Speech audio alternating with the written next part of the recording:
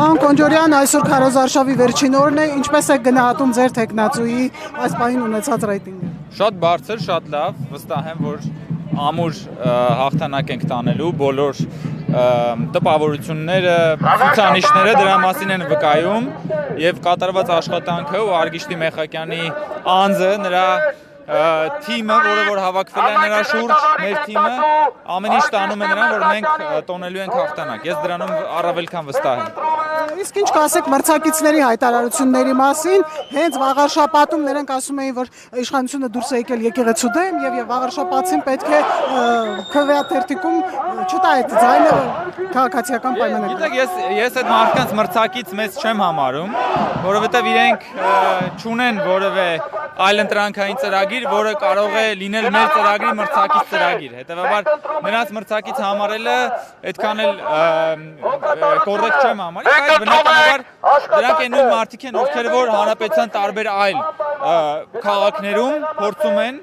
Ռոբերտ Քոչարյան, Սերժ Սարգսյան այդ դուետի կողմից ներդրվել, որպեսզի կարողանան այդ թիմ մակարդակում իշխանությունը զավթել, հետո հույս ունենալ, որ կարող են դա օգտագործել համապետական մակարդակում։ Սա հերթական իրենց օպերացիաներից մեկն է, վստահ եմ, որ այստեղ նրանք չեն հաջողելու։ Եվ նաև տեխնացուներից մեկի շտաբից դուրս գալուց տեսել էի Լևոն Քոչարյանին, թե բացահայտ չէին ասում այդ մասին, այդ մասով ինչ կասեք։ Դե դա մի բան է, որը նույնիսկ ապացուցելու կարիք չուներ, բայց նաև ապացուցվեց արդեն կոնկրետ տեսանյութով, ես գիտեմ, որ տեսանյութ կա, որտեղ նա դուրս էր գալիս, դա հերթական անգամ ապացուցում է, որ մենք գործ ունենք Ռոբերտ Քոչարյանի գրպանային ուժի հետ, այսպես ասած, որը որ ըստ էության որքան ձայն էլ որ ստանա, այդ ձայնը ծառայեցնելու է Ռոբերտ Քոչարյանի շահերին։ Ես վստահ եմ այդ ձայները շատ չեն լինելու, բայց նույնիսկ եթե մի քանի ավականու մանդատ էլ ստանան, այդ ձայնը իրենք ծառայեցնելու են Ռոբերտ Քոչարյանին։ Ակնհայտ է։ Պարբերաբար ընդդիմադիրները խոսում են, որ դուք իբրև թե վարչական ռեսուրս եք կիրառում, չգիտեմ, այլ բաներ եք մտածում ընտրությունների օրը, խնդրեմ նաև այդ մասով։ Եթե ընդդիմադիրների բաները, այդ բայղուշությունները համապատասխանային իրականությանը, բա այն քաղաքներում, որտեղ որ ընտրվում են, ասենք ընդդիմադիր տեխնացուներ, բա ինչ հաստատում, այդտեղ չի օգտագործվել բանը վարչական ռեսուրսը։ Բնականաբար իրենց մերկապահարնոց մեղադրանքներով մենք այդ վարչական ռեսուրսի կարիքը չունենք եւ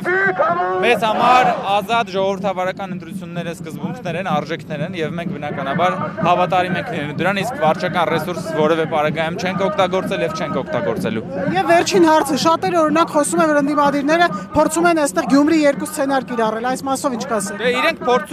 փորձում են, բայց ես կարծում եմ եւ հավատում եմ, որ չեն տալու այդ Էջմիածին երկու սցենարը, որովհետեւ Գյումրի երկու սցենարը, որովհետեւ մենք այնտեղ հասկացանք, տեսանք թե ինչ տեղի ունեցավ, Վարդանիկը ընդամենը մի քանի ամիս հետո բռնվեց իր ամենասիրելի զբաղմունքի վրա, որը ոչ միայն իր սիրելի զբաղմունքն է, նաեւ Քոչարյանասերժական իշխանության սիրելի զբաղմունքն է, կաշառքի վրա բռնվեց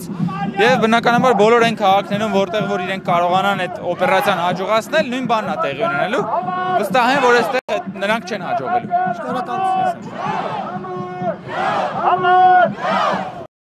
Չմոռանաք հավանել տեսանյութը եւ բաժանորդագրվել Civic AM-ի YouTube-յան էջին։